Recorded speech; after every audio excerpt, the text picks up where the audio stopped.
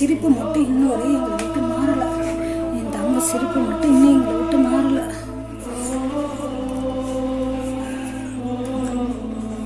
என் பையன் பாஸ் பண்ணிருக்கான், ஆனா அவ இல்லையேன்னு கண்ணீர் மல்க கதறி அழுகும் தாய். எல்லாத்தையும் ஒருத்தட்ட கூட ஒரு கெட்ட பேச்சு, ஒரு இதான கெட்ட அபிப்பிராயமே யாருமே சொல்ல மாட்டாங்க. எல்லாரும் ஃப்ரெண்டுங்களாம் அப்படியே பித்து பிடிச்ச மாதிரி அடைகிறாங்க. எல்லாம் 351 மதிப்பெண்கள் ஒரு தாயின் கண்ணீரால் தேய்ந்த வெற்றி.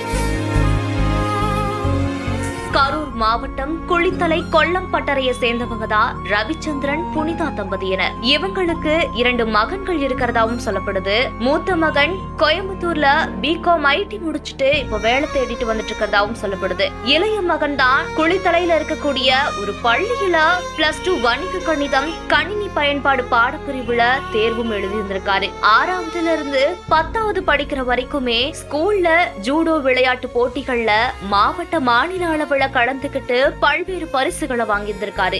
இந்த நிலையில தான் கடந்த 4ஆம் தேதி குளித்தலை மாரியம்மன் கோவில் திருவிழாவில பூச்சொரிதல் விழாவுக்கு ஊர்வலமா பூ கொண்டுட்டு போகும்போது நடமாடின சில பேரோட தகராறு ஏற்பட்டதா சொல்லப்படுது. அந்த தகராறுல கத்தியால குத்தப்பட்டு அந்த மாணவரும் உயிரிழந்திருக்காரு. இந்த கொலை சம்பவமா குளித்தலை தனிப்படை போலீசார் அந்த சிறுவனோட 5 பேர் மீது வழக்கு பதிவு செய்து கைது செய்யப்பட்ட நிலைமையில இப்ப சிறையில இருக்காங்க. +2 மாணவர் தேர்வுல தேர்ச்சியும் அடைஞ்சிருக்காரு. +2 ரிசல்ட்ட தெரிஞ்சுக்கிட்ட மாணவனுடைய அம்மா குடும்ப புகைப்படம், சின்ன வயசுல எடுத்துக்கிட்ட புகைப்படம்னு வச்சு கண்ணீர் மல்க தேம்பி அழுந்த இந்த ஒரு காட்சி காண்போர கண் கலங்க வச்சிருக்கு.